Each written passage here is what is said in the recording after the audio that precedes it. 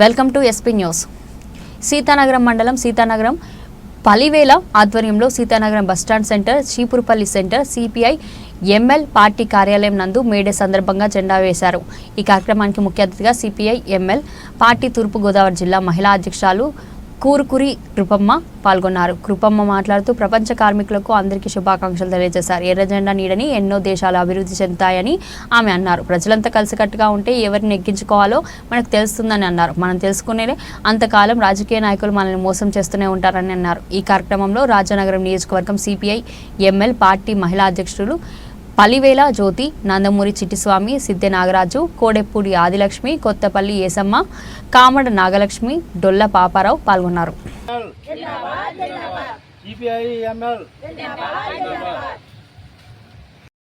వర్ధిల్లాలి ప్రపంచ కార్మిక దినోత్సవం, వర్ధిల్లాలి ప్రపంచ కార్మిక దినోత్సవం. పోరాడతాం కార్మికుల హక్కుల కోసం, పోరాడతాం కార్మికుల హక్కుల కోసం. జిందాబాద్ సిపిఐ ఎంఎల్ జిందాబాద్.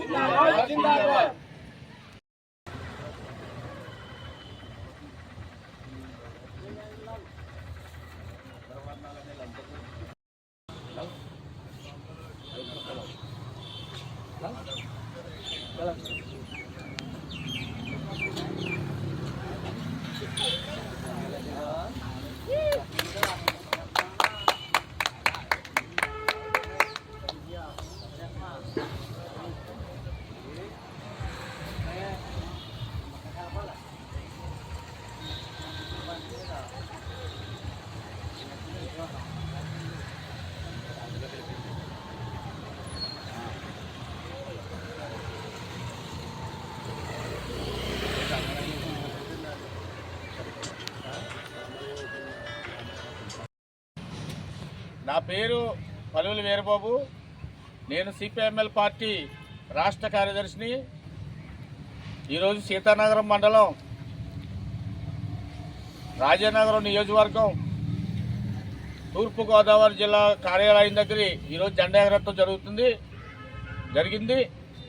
దీనికి ముఖ్య అతిథిగా సిపిఐఎంఎల్ పార్టీ తూర్పుగోదావరి జిల్లా మహిళా కార్యదర్శి కురుకురి కృపమ్మ గారిని ఇక్కడ పిలుచడం జరిగింది. ఆవిడ చేతుల మీదుగా ఈ జెండా ఎగరేయడం జరిగింది.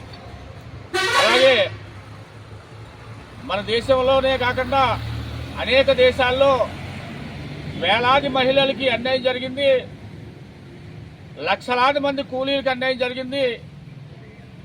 ఈ అన్నిటికీ కూడా ఎంతో మంది ప్రాణాలు కోల్పోవడం జరిగింది. వీళ్ళందరూ కష్టార్జితమే ఈరోజు ఎర్ర జెండా ఎగరేయడం జరుగుతుంది.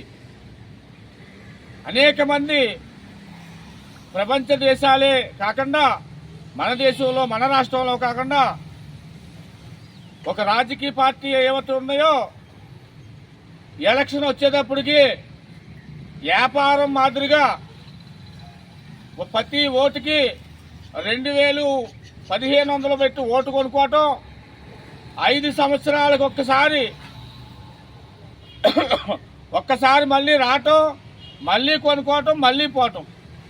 ఇది ఒక వ్యాపారం అయిపోయింది. లక్షలాది మంది కార్మికులు మనం ఉండి ఒకడో ఇద్దరు ఉన్న భూస్వామి కోసం మన ఓటు అమ్ముకోవటం ఇది న్యాయం కాదని మన కార్మికులందరికీ కూడా నేను మనవి చేసుకుంటా ఉన్నాను. మనకి ఎవరైతే మనందరికీ న్యాయం జరుగుద్దో అటువంటి వాళ్ళని ఎన్నుకుంటే బాగుంటుందని ప్రతి కార్మికుడు కూడా తెలుసుకోవాలని నేను కార్మిక దినోత్సవం చెప్పున ప్రజలందరినీ కోరుకుంటూ ఉన్నాను. రాజకీయ నాయకులు ఏదైతే ఉందో మనల్ని కూరగాయలు అమ్మనట్టు, కిరాణా సామాన్లు కిరాణా అమ్మనట్టు ఒక పార్టీ నుంచి ఒక పార్టీకి ప్రజలను అమ్ముకుంటూ ఉన్నారు.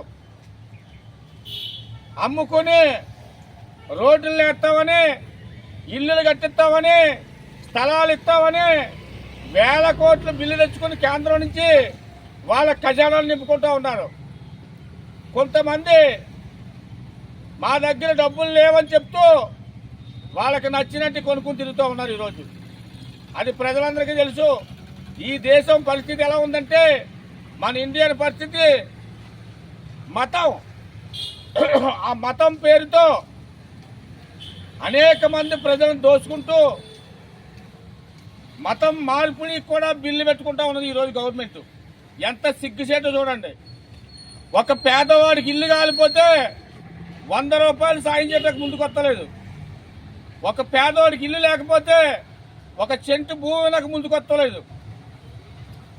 ఏడు ఎంచోపు కూడా ఓట్లు రాజకీయమే చేస్తున్నారు తప్ప మన జిల్లా ఎలా బాగుపడాలి, మన ఊరు ఎలా బాగుపడాలి, మన రాష్ట్రం ఎలా బాగుపడాలి, మన దేశం ఎలా బాగుపడాలని ఏ రాజకీయ నాయకుడు కూడా పట్టించుకోవట్లేదు. దీన్ని ఇప్పటికైనా మన దేశంలోనే కాకుండా ప్రపంచ దేశాల్లో ఉన్న కార్మికులంతా కూడా తెలుసుకుని ఇటువంటి పెట్టుబడిదారుల్ని, భూస్వాముల్ని, దొంగ రాజకీయ నాయకుల్ని అణిసివేసినప్పుడే మనకి నిజంగా 4 ఏళ్ళు నోట్లోకి వెళ్తాయి, ఒంటి మీద బట్ట ఉంటుంది, ఈ కట్టుకున్న ఇల్లు ఉంటుంది.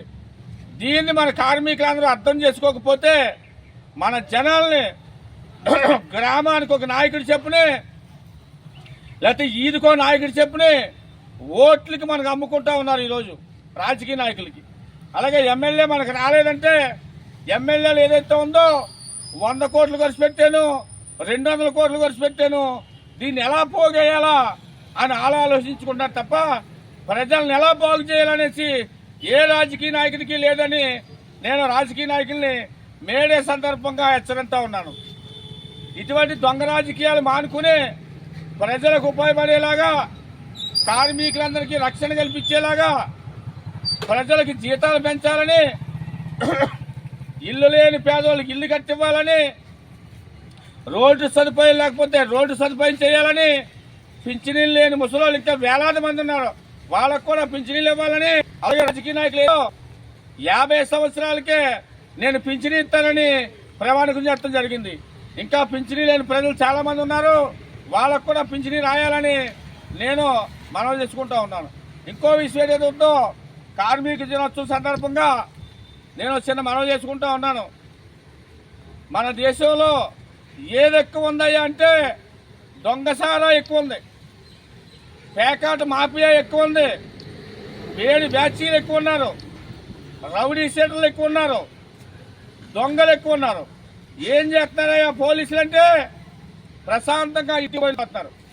అవసరమైతే సాయంత్రం 8 అయ్యేటప్పటికి పోలీసు వారు స్టేషన్లో లైట్లు కట్టేస్తున్నారు. ఇలాగుంది ఈ రాష్ట్రంలో పరిస్థితి. ఏం గవర్నమెంట్ అంటే మాది మంచి ప్రభుత్వం అని ఎమ్మెల్యేలు, ఎంపీలు కూడా చెప్పుకుంటారు తప్ప ప్రజలకు ఎటువంటి ఉపకారం లేదని నేను గవర్నమెంట్ హెచ్చరిస్తా ఉన్నాను.